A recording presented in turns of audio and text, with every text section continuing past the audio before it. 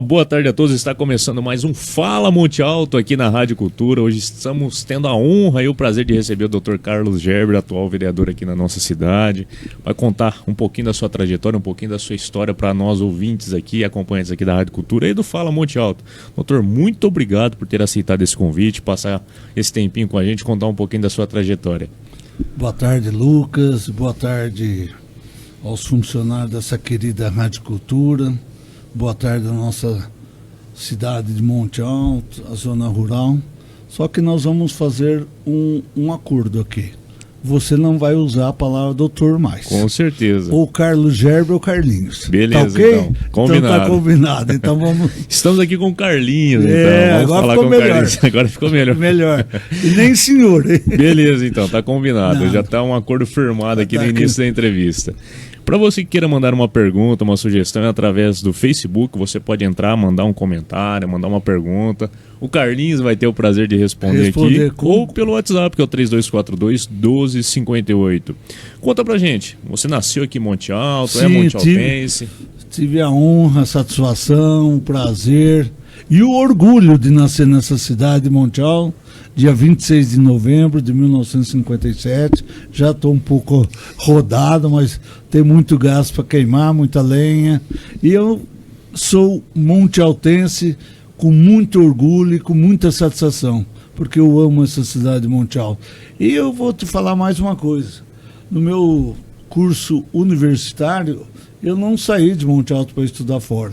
Eu viajava de ônibus, Lucas. Então, eu posso falar que nunca saí da minha cidade. E sempre estive aqui nesses tantos e tantos anos aí de idade. Eu também, quando eu fiz faculdade, eu precisava pegar um ônibus, fazer esse trajeto, mas nunca saí daqui também. Eu também pretendo, nunca saí. Aqui tem alguma coisa que prende a gente aqui, eu né? acho que é o povo muito solidário, muito trabalhador, muito honesto, muito dinâmico. A cidade acolhedora, né? Eu se tenho sente um bem orgulho ali, né? dessa cidade, tanto que às vezes eu vou em algumas cidades fora, fazer audiência, tenho amigos, advogados fora, vereadores fora, e eles sempre falam, Monte Alto é uma cidade que vocês devem ter orgulho. E eu falo, e com certeza nós temos orgulho da cidade de Monte Alto. Com certeza. Aí você nasceu aqui, estudou em qual escola? Qual que foi o seu ensino básico? Estudou em qual escola? Eu estudei até a quarta série no Dr. Raul da Rocha Medeiros. Depois eu fui para o Zacarias. E lá no Zacarias eu fiz o colegial, o ginasial e depois o colegial. E depois eu estudei em Ribeirão Preto na Universidade UNAERP, fazendo curso de Direito. O que te chamou pro direito? O que naquela época, um adolescente saindo da escola, pensou assim, não, eu preciso estudar. Por que o direito chamou a atenção do senhor? Porque eu ia ter a liberdade de ter uma profissão autônoma. Esse foi o grande foco da minha decisão. O outro porque eu achava que o advogado naquela época era uma profissão de respeito, e hoje também é. Mas antigamente você podia trabalhar e ajudar muito mais do que hoje nós ajudamos. Naquele tempo não era nada informatizado. Era na máquina de escrever, era no papel, sulfite e outras coisas mais. Então eu achava que era uma profissão do momento. E eu, conversando com meus irmãos, que eu sou filho caçula, falando com meu pai, e eu troquei uma ideia com eles. O que vocês acham? Eles falaram, você tem... Eu estava entre o direito e a química industrial. Então eu fui dois extremos, né? Eu fui trocar ideia com a minha família e foi por unânime, falou, não, vai pro direito. Vai pro direito. Tem mais algum advogado na família? Ou... Eu tenho primos, tenho cunhado, tenho sobrinhos. Então, eu venho de uma família que é do direito. Já tenho um primo que foi advogado, foi promotor, hoje é aposentado. Tenho um primo advogado em Ribeirão, tenho um cunhado em Ribeirão advogado, tenho uma sobrinha em Ribeirão que é advogada, tenho um sobrinho em Santos que é advogado. Cheio de advogado na família. Sei. Tem dois irmãos que dois sobrinhos são advogados. Tem sobrinho por parte da minha mulher também é advogado. Então a gente pegou o rumo da justiça. Olha só. Durante esse período aí que o senhor... perdão, que você trabalhava, estudava, fazia faculdade fora. Como que era? Você trabalhava durante o dia, estagiava e depois pegava o ônibus para ir para lá? É o seguinte, eu até o segundo ano de Direito, eu trabalhava com o meu irmão, com meu pai, numa loja que nós tínhamos, de eletrodomésticos. E depois eu fui convidado pelo Dr. Anísio fazer estágio, porque a loja do meu pai era numa esquina e o escritório dele era na metade do quarteirão. E como a ligação que o meu pai tinha com o Dr. Anísio, ele me convidou para fazer estágio. E ali eu peguei o gosto, gostei e fui até o estágio, me formei no escritório dele, tirei a carteirinha pelo escritório dele, o OAB, e fiquei acho que uns 6 a 10 anos com ele, no qual eu agradeço muito. Senti muito a partida dele o ano passado, porque eu acho que foi um idealizador, que me deu um sustentáculo para mim aproveitar a oportunidade que estava surgindo. E daquela oportunidade, aí eu saí dele, montei meu escritório, montei a minha imobiliária, e assim foi, mas sempre tivemos um bom relacionamento. E hoje eu posso falar, eu agradeço o Dr. Anísio por ter dado essa oportunidade a mim, porque era um principiante, um iniciante, né? Que é bem difícil começar, difícil, né? O início da carreira é complicado. Por né? isso eu sempre, quando tem um estagiário, eu sempre dou uma força para ele e falo, ó, tenha ânimo, tenha fé que vai dar tudo certo. Tem algum ensinamento que o senhor Anísio deixou que você se lembra até hoje, que marcou a sua vida? Trabalho, honestidade e honradez e gratidão. Então isso marcou muito a minha vida, porque ele sempre me ensinou o caminho certo. Sempre era um advogado ilibado, um advogado honesto, um advogado que mantinha os seus princípios éticos, que hoje está meio difícil ter as pessoas ter ética na vida, né?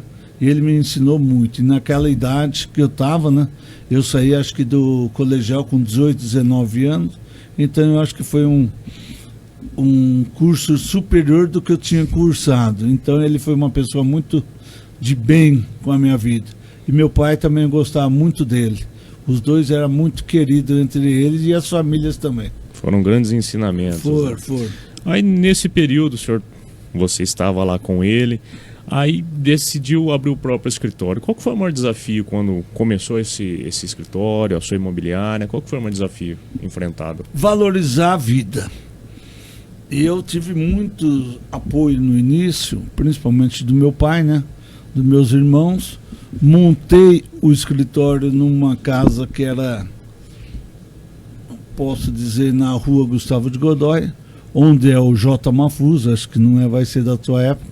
Não. Tinha um imóvel ali de uma família Badur e tinha uma sala, 2 salas, então comecei ali, montei meu imobiliário, montei meu escritório, fui com 2 pessoas, um era o Wilson Baldassi Júnior, o outro era o Wilson De Vaz, no qual os dois me ajudaram muito em fundar e inaugurar a imobiliária, e eu trabalhava como advogado, eles trabalhavam na imobiliária, e nós 3 juntos montamos e começamos a ter credibilidade junto à cidade de Monte Alto, e aí nós inventamos e conseguimos essa invenção de mudar.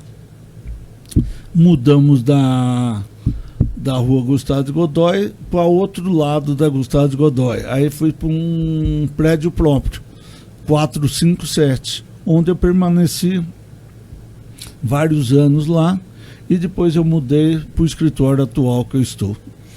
Nesse 457 foi uma inovação, foi uma reforma muito boa, foi um escritório bom. Aí eu tive que sair de lá, por quê? Porque já ficou pequeno. E já tinha 2 advogados trabalhando comigo, o Dr. Jefferson Iori e o Dr. Armando. Aí nós fomos para a rua Porfírio Pimentel, consegui montar o meu escritório, minha residência, meu escritório embaixo, minha residência em cima, e aí nós continuamos trabalhando juntos, e a imobiliária, e hoje nós estamos, eu e Jefferson, infelizmente nós não estamos juntos, mas continuamos a mesma amizade. Fui padrinho de casamento dele, inclusive, e o doutor Armando só saiu do meu escritório pelo falecimento dele, que vai fazer agora, dia 30 de junho, 6 anos de falecimento. Senão eu estaria comigo, com certeza. E hoje tem mais 2 advogados lá, o doutor Robson e o doutor Claudemir. Tem quantos anos, mais ou menos, de advocacia? Que eu tenho? Isso.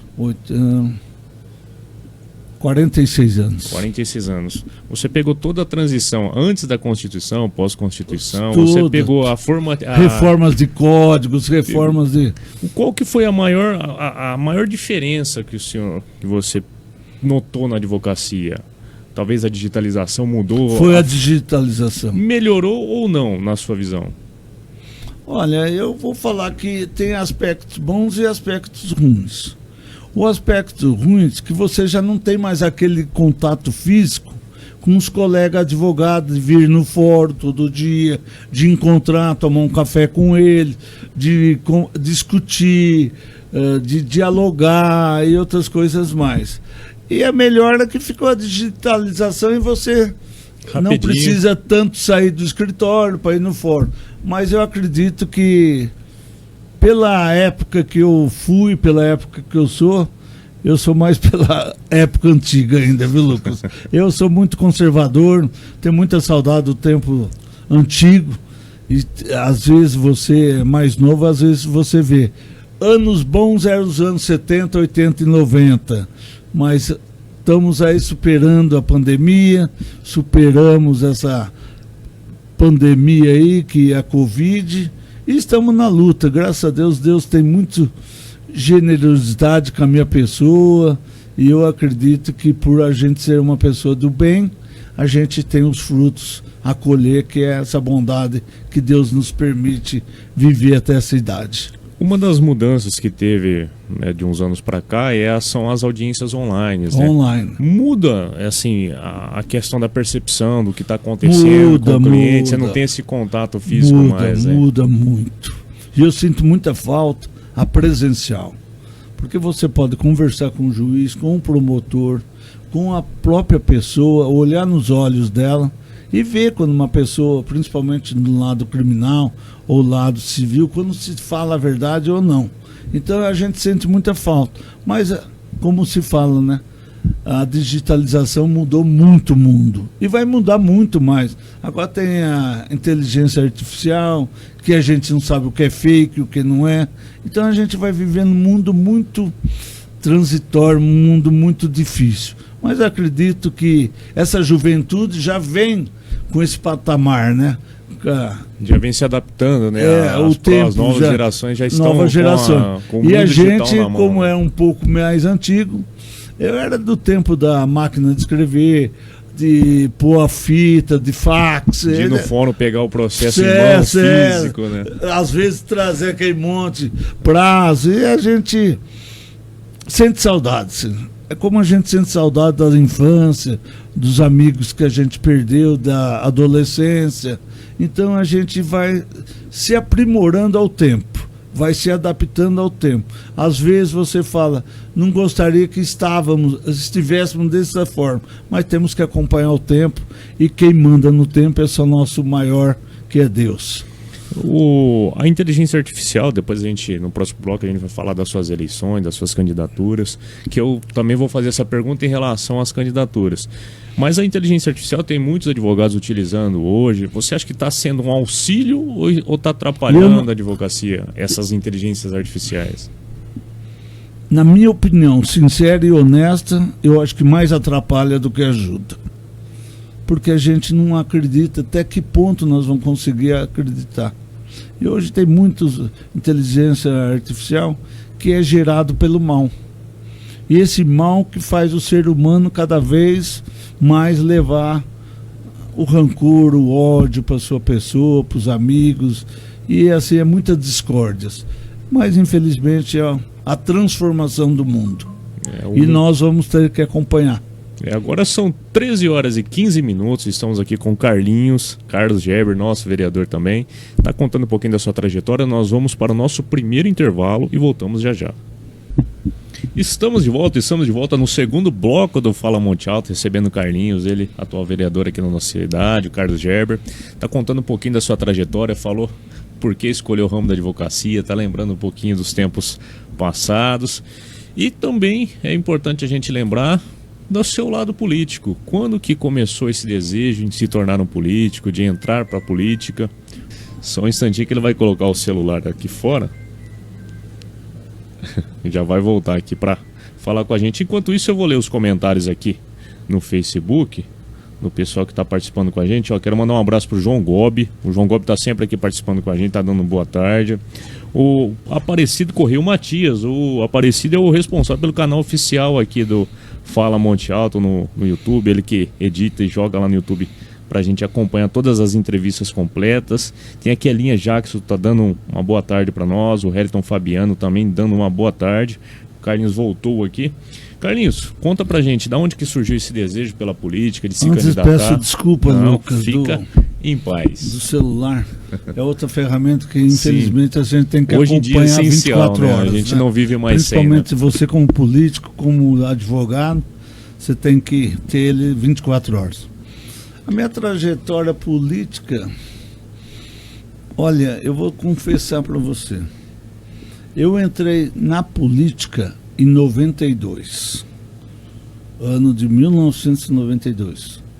Até o ano de 1992, até maio de 92, eu nunca pensava em ser político. Eu acompanhava, gostava da política, acompanhava eleições, acompanhava palanques, acompanhava comício, acompanhava os comitês. Eu sempre estava interagindo com a política. Em 92 eu estava no escritório, aí chegou o Zezé Inforsati, querendo falar comigo. Eu recebi, eu falei, puxa vida, o Zezé aqui no meu escritório querendo falar comigo.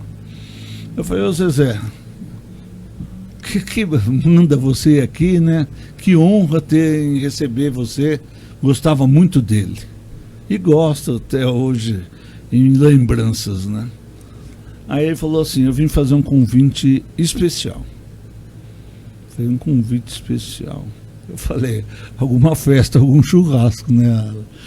Ele falou, não, eu vim aqui para te chamar para você sair candidato a vereador juntamente comigo, juntamente com o meu partido, que eu vou sair candidato a prefeito. Eu falei, Zezé, você vai me perdoar, mas eu não tenho vocação para isso.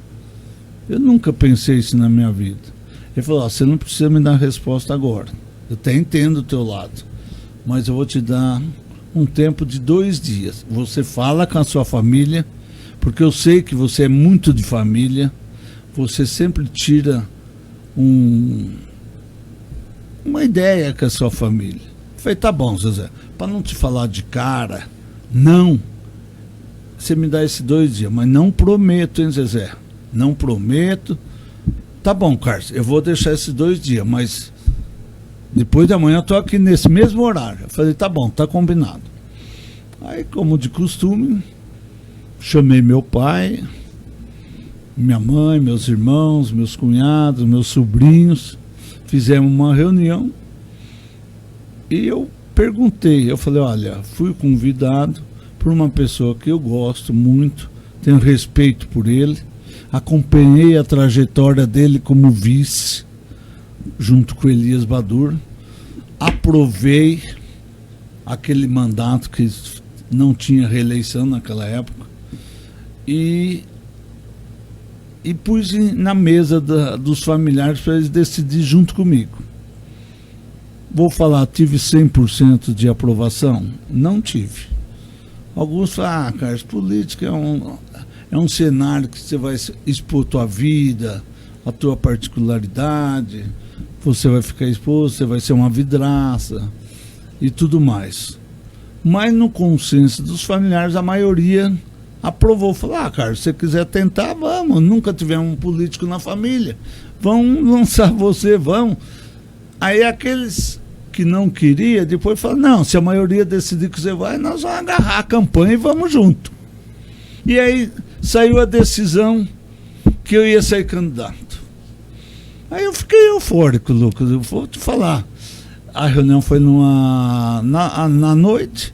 Aquela noite eu estava vibrante, sabe? Eu falei, poxa, se eu tive apoio da família, da mulher, então eu acho que eu tenho que encarar. Porque se eu ganhar, eu estou ganhando junto com eles. Se eu perder, eu vou ter onde ter a âncora de choramingar com eles, né? De chorar. Daí aquela noite eu fiquei iluminado. E eu não esperei o depois de amanhã. Aí eu chamei o Zezé no dia seguinte. Aí ele chegou no escritório e falou, Carlos, nós não tínhamos reunião para amanhã ou é hoje? Eu falei, não, era para amanhã, mas eu te chamei hoje. Ele falou, mas você chamou por quê? Eu falei, Zezé, infelizmente eu não vou sair. Eu falei para ele, Carlos, não me dá uma notícia dessa, não. Eu estava contando com você, tal. Eu falei, mentira, Zezé. A minha família aprovou a minha candidatura juntamente com a sua.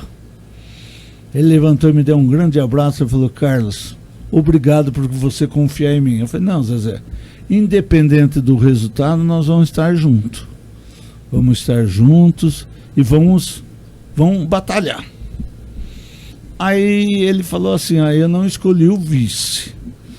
Eu falei, Zezé, você quer um conselho meu? A noiva quem escolhe é o noivo. O prefeito, quem escolhe o vice, é o prefeito.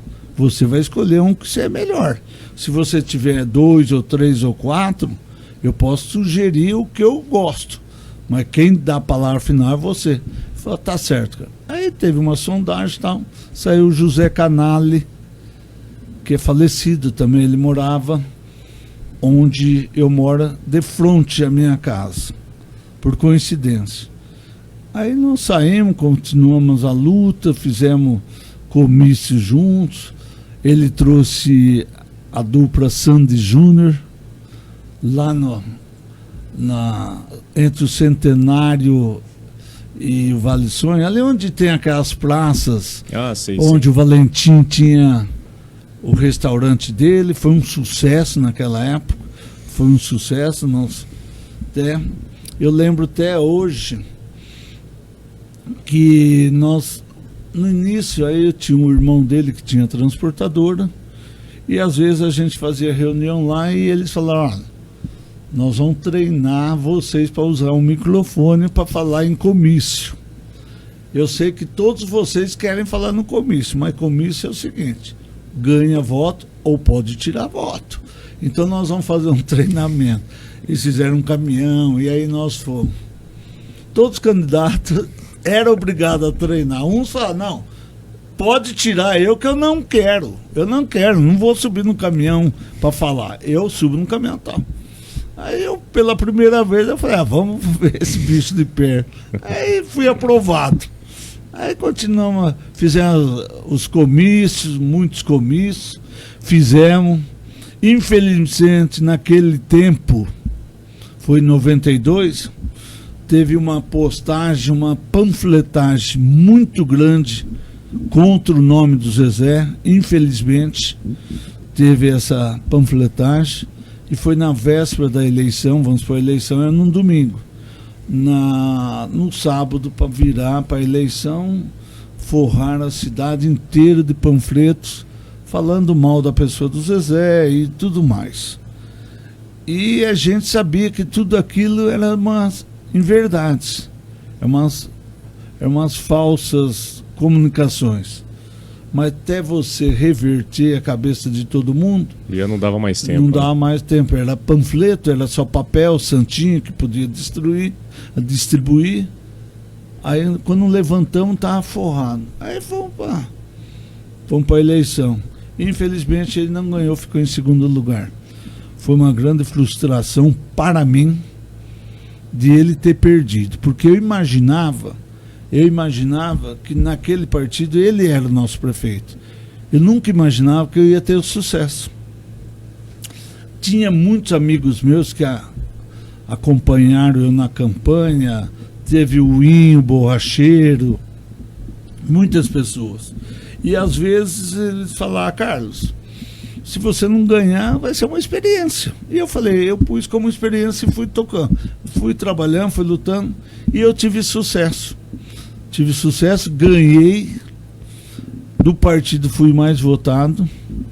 Para minha surpresa também, porque quem estava concorrendo como candidato a vereador e ganhou também era o irmão do Zezé Inforsati, Cosminho Inforsati, que é irmão do candidato a prefeito, genro do doutor José, uma pessoa de nome, e eu ter mais voto que ele.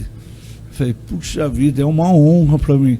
E tive mais voto que o Sérgio Sartor, que era para ser candidato a vice do Zezé.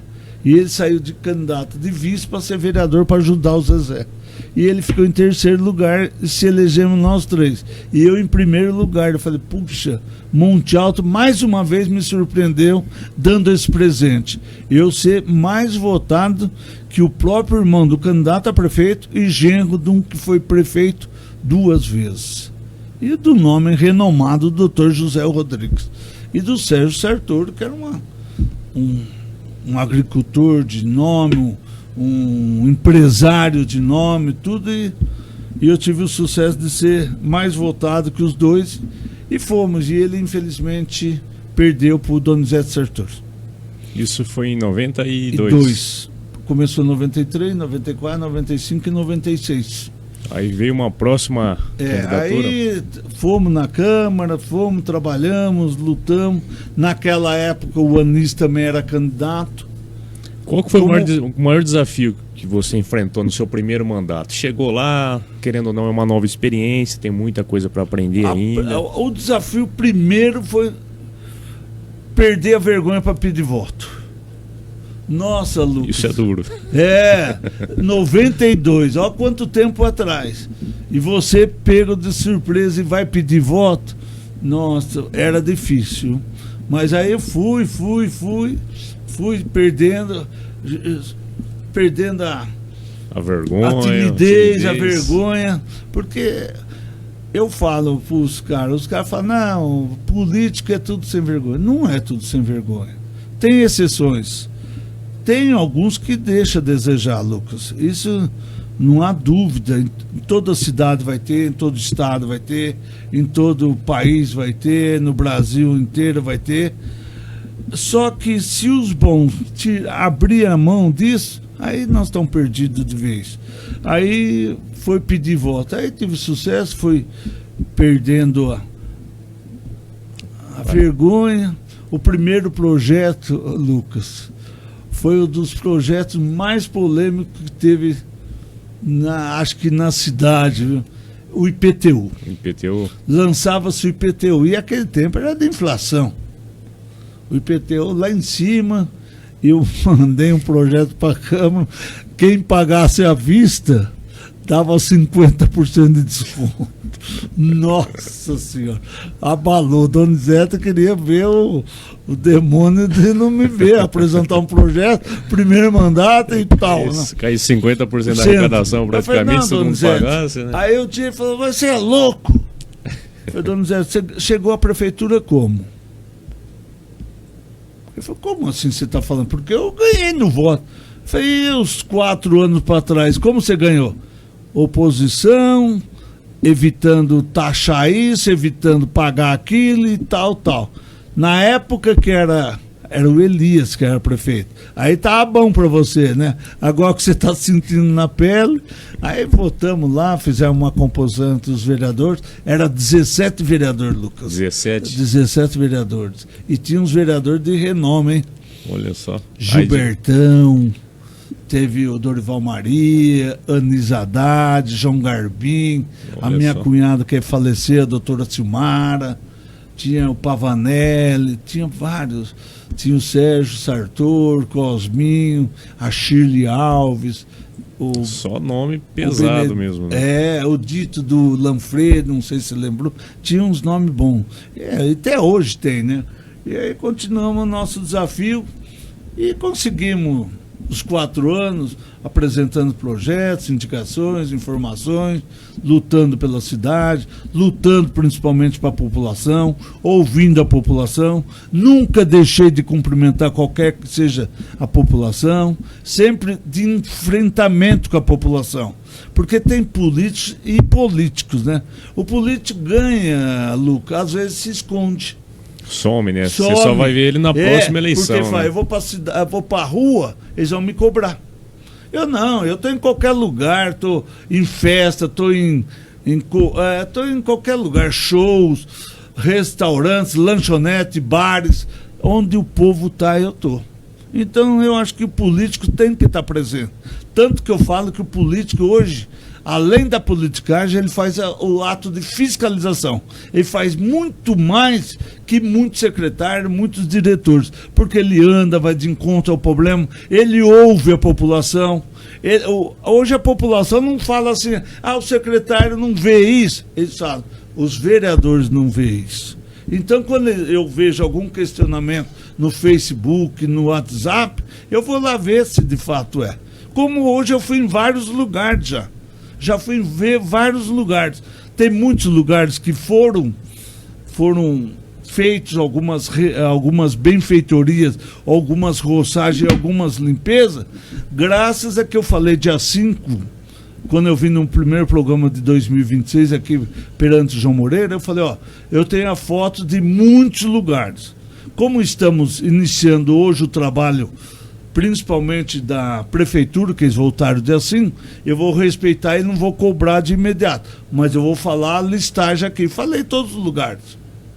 E eu falei, dia 21, que é amanhã, eu vou estar na Rádio Cultura. Se de fato não fizer essas limpezas, essas roçagens, essas benfeitorias, eu vou expor na rádio para verificar que vocês tiveram tempo. A maioria foi feito, mas alguns ainda não foi feito. E eu espero que amanhã eu possa cobrar novamente, seja realizado. Com certeza. Agora são 13 horas e 35 minutos. Nós vamos para o nosso segundo intervalinho e voltamos já já. Está no ar o programa Fala Monte Alto. Estamos de volta com Fala Monte Alto aqui no terceiro bloco. Agora são 13 horas e 39 minutos. Estamos recebendo o Carlos Gerber, ele que é vereador aqui na nossa cidade, advogado, está contando um pouquinho da sua trajetória, da sua história. Ele falou da primeira eleição, mas teve várias outras campanhas que o senhor participou, outras eleições, comícios, a gente estava falando em off aqui, a importância dos comícios, a saudade que o senhor tem dos comícios. Quantos comícios bons teve? Eu só esqueci de um detalhe, Lucas. Na primeira eleição, como eu saí candidato a vereador, do outro lado, no partido PMDB, porque eu saí pelo PL, que era 22. E eu tinha uma cunhada, que é irmã da minha mulher, saiu pelo PMDB, com o João Antônio Gil, a doutora Silmara. Olha só. E às vezes a gente se encontrava na casa do meu sogro. E ele falava assim, não, vocês dois vão ganhar. Eu falei, senhor Horácio, às vezes o senhor tem que falar, o senhor está falando com o coração, mas tem 3 hipóteses. Podemos os dois ganhar, podemos os dois perder, e podemos um ganhar e o outro perder. Então o senhor esteja preparado para essas 3 ideias. E passou a eleição, passou a votação e ganhamos os 2. Aí ele falou, eu não erro no que eu falo. Eu falei, foi uma coincidência e foi uma sorte. Aí a Silmara desistiu da política, ela mudou de Monte Alto. Aí na próxima eleição, que foi em 96, vem a outra cunhada. A outra cunhada como candidata a vereadora, a Maria Amélia. Mas dessa vez ela veio junto comigo, veio no mesmo partido, porque naquela próxima eleição saiu o doutor José com o Zezé de vice. E nós apoiamos os 2. E novamente essa dupla perdeu, onde perdeu para o doutor Elias Badur, que tinha o vice... não me lembro agora. E perdemos. E novamente os 2 foram os eleitos. E eu naquela eleição fui o mais votado. de todos os vereadores. Olha só, isso em 96. 1.164 votos. Os votos eram cédula. Tempo Aí bom tinha também. que ir lá no José Pizarro, fazer a conta. Conferir, ver os caras, sabe, abrir, se fiscalizar. Talvez eles anulavam votos, você tinha que brigar, porque eu entendia que valia a intenção do eleitor, não o que o cara interpretava. Então eu fui mais agraciado e eu tinha um pensamento que eu sempre respeito. Eu acho que até hoje deveria ser assim, mas infelizmente não é. O vereador mais votado de todos tinha que ser o presidente da Câmara. Mas não. Ele só dá posse aos vereadores no dia 1º de janeiro e posse ao prefeito e ao vice. E aí depois tem uma eleição da Câmara dos vereadores eleitos para escolher. E eu, por honradez de ser o mais votado, eu falei, eu vou participar como presidente da Câmara. E nós tínhamos 17 vereadores. Infelizmente, eu tive 5 votos e o Orival Fred teve 12. Por que ele teve 12? Porque ele apoiou o prefeito, que era o Elias Badur. E o Elias interferiu muito naquela eleição da Câmara e nomeou o Fred como Presidente. Como presidente. Tanto era a política que era. Os outros que não votaram em mim, eu até entendi. Eles vinham e falavam assim, fora dos bastidores. Carlos, nos bastidores. Eu não votei por pressão política, mas no meu coração eu falei, não, tudo bem, eu respeito, sempre fui isso. Sempre fui... Naquela época eram 2 anos também? Ou os 2 4, anos, 2 anos. 2 anos. E aí foi a última vez que eu participei de um cargo para presidente da Câmara. Mas aí transcorreu 1.164 votos, tinha responsabilidade muito grande, porque eu me sentia que a população praticamente dobrou, mais que dobrar a minha votação. Eu tinha um cargo muito difícil de corresponder à população por ter confiado em mim. E eu fui eleito, eu juntamente com a minha cunhada, e tomamos a Câmara trabalhando. E aí veio a terceira, onde saiu Donizete novamente, 2000 a 2004, com o vice o Dr. José. Aí eu fui para a terceira, fui eleito também com 900 e poucos votos, fui eleito, cumpri o mandato, sempre com ética, sempre com personalidade, com honradez e sempre com gratidão à população de Montiel. Eu sempre falava isso, que o vereador está para trabalhar, para fiscalizar, para usar não um cargo político para se promover, e sim para defender aquele lá da vila, aquele lá do bairro, aquele que mora no distrito da Aparecida, que mora no povoado de Bitirama, para dar voz à população, para que a população seja ouvida. E quem que a população procura? Os vereadores. Todo mundo sabe onde eu moro, todo mundo sabe onde eu trabalho, todo mundo sabe onde eu frequento, então todo mundo me procura por isso. E aí eu tinha esse hábito e comecei a carregar esse hábito na minha vida. E sempre fui muito leal com os princípios da política. Nunca usei a Câmara para fazer uma ligação interurbana. Naquela época tinha interurbano. Tinha vereador que ia na Câmara fazer interurbano, fazer isso aqui. Não tinha. Teve um presidente da Câmara, não sei dizer qual ano, deu um celular para cada vereador para poder usar. E chegava no fim do mês, vinha as contas. Antigamente é aquilo, você gastava, né, impulso e tal, e cobrava. Muito, não é hoje que você põe 30, 40 real. E o meu sempre vinha zero. Tinha hora certa de ligar para pagar mais barato, tinha tudo não isso. À noite você pagava menos. Aí o presidente falou, você não está usando o celular? Eu falei, não. Tanto é que está aqui, ó, de volta. Nunca questionei de ter essa sala ou aquela sala na Câmara. Teve vários anos que eu fiquei sem sala. Às vezes eu ficava com sala com 2 ou 3 colegas. Nunca. Eu acho que o vereador não precisa. Ele não tem o direito de ter a primazia, o suporte de ter muitas coisas que muitas pessoas não têm na cidade. Então eu acho que o vereador está assim, não só para em sessão ordinária ou extraordinária. Eu participo de uma comissão muito importante hoje, já participei em todas as comissões do meu mandato, participei da Justiça e Redação.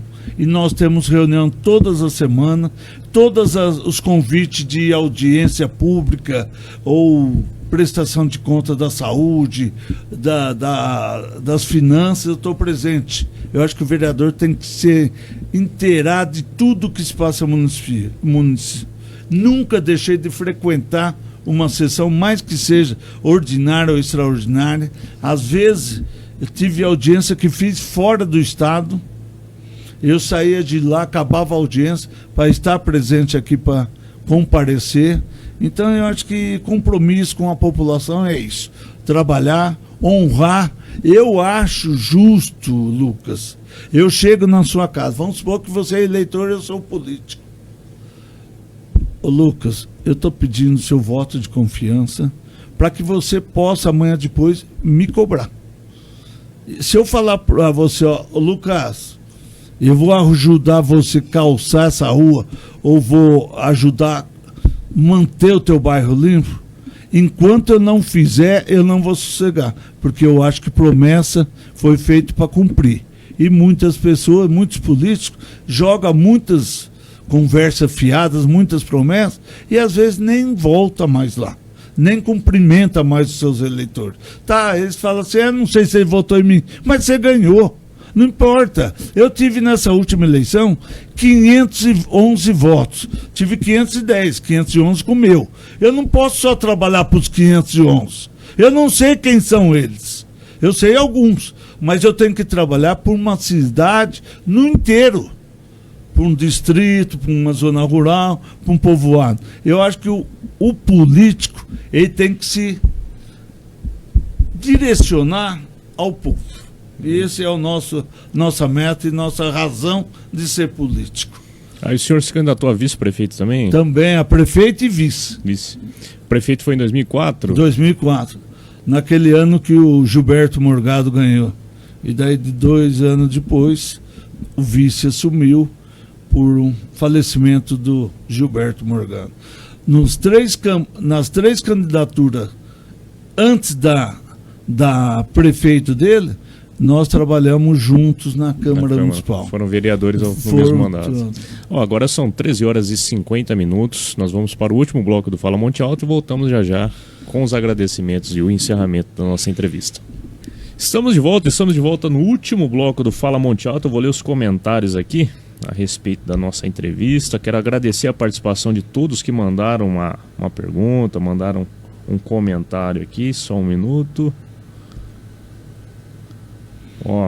Falei, a Fátima Augusto Garbim tá dando uma boa tarde, cumprimentando o Carlinhos. Boa tarde, Carlinhos. O Aparecido Corrêa fala, Carlinhos Gerber é sinônimo de integridade e dedicação. Como advogado atua com competência, ética e respeito. Como vereador trabalha com seriedade pelo bem de Monte Alto, ouvindo a população e buscando resultados reais. Um profissional exemplar e um servidor público competente, comprometido com a nossa cidade. O Wesley Tenório está dando palminhas, também está participando e assistindo aqui a nossa transmissão. Isso aí, Lucas, só enobrece a gente. E eu quero dizer que com esses comentários a gente tem que reforçar mais o trabalho para a gente mostrar porque veio e pretende fazer um trabalho bom. A Fátima, um grande abraço, ao Aparecido, a gente fica muito elogiado por esses comentários. Carlinhos, como eu faço com todos os convidados, os microfones da Rádio Cultura estão abertos, pode mandar recado, pode agradecer, fique à vontade. Lucas, primeiramente quero agradecer a você, um jovem dedicado, um jovem por pouca idade já experiente na vida pública, você que tem nos acompanhado na Câmara, você que é um assíduo a acompanhar os trabalhos, porque a população merece acompanhar para ver o que o vereador faz. E você é um deles. Você, quando não pode ir na Câmara, eu sei que você acompanha pela internet. E na primeira sessão que houve na Câmara, ou uma das primeiras, houve muitas proposituras de vários vereadores. E você fez um resumo naquela oportunidade. É um fato que marcou muito. E aí, não só uma vez, como várias vezes você fazia um resumo, o que o vereador tinha apresentado, quantas indicações, quantos pedidos de informação, quantos projetos, quantos requerimentos, quem falou na tribuna, quem deixou de falar, e você levava ao conhecimento da população. E sem ganhar sequer um tostão.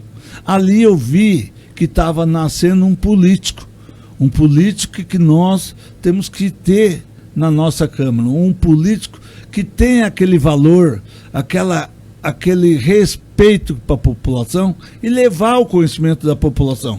Porque talvez a população queira se interagir, mas às vezes está trabalhando, às vezes está descansando para ir no trabalho, às vezes não pode acompanhar, e você fez essa parte. Então eu quero agradecer como vereador todas as vezes que você foi na Câmara.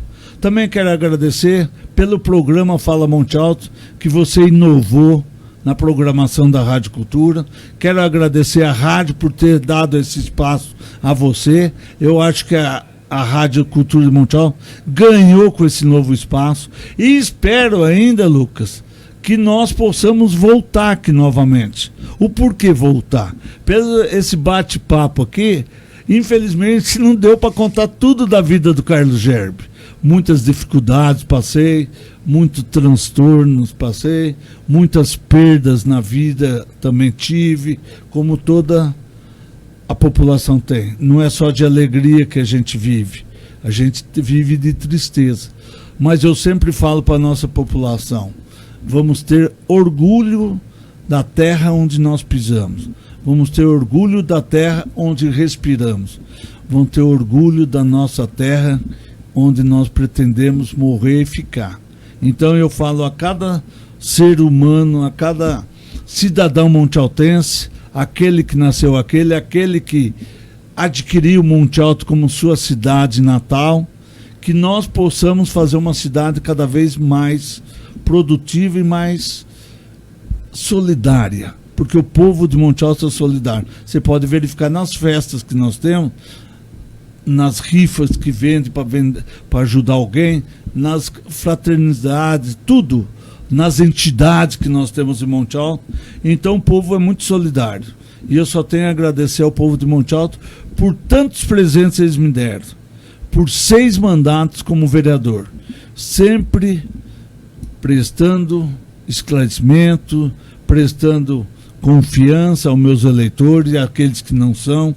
Tem muitos que vêm e falam, Carlos, eu não posso votar em você porque eu tenho um parente, tenho um vizinho, tenho um funcionário que trabalha comigo, e a gente entende. Não é aquele político que porque você fala na cara dele que não vai votar, o político vira a cara. Eu não sou desse político, eu tenho que entender e tenho que saber administrar. Nem Jesus Cristo agradou todos, não vai ser nós que vamos agradar, mas a gente tenta fazer o possível para poder agradar, para poder ganhar a confiança da população, porque Monte Alto merece muito mais, e esse muito mais temos que depositar em políticos honestos e políticos de bem com a vida, principalmente em políticos como eu respeito você, Lucas. Meus parabéns para você, que você continua com esse espírito trabalhador, esse espírito honesto pela nossa cidade de Monte Alto. Muito obrigado a todos que nos acompanharam e aguardo um próximo convite para nós dar segundo episódio na nossa vida. Com certeza. Muito obrigado, Lucas. Carlinhos, muito obrigado pela sua participação, obrigado pelas palavras, fico lisonjeado e honrado de ter te recebido aqui hoje. Pode ter certeza que vai ter um segundo episódio. Se Deus quiser. Quero agradecer a equipe técnica, hoje o Alexandre e o Edmar, que fizeram o programa acontecer hoje, agradecer ao Matias, que sempre está por aqui também, o pessoal que participou, nossos ouvintes e patrocinadores também, um forte abraço, muito obrigado e até mais. Muito obrigado.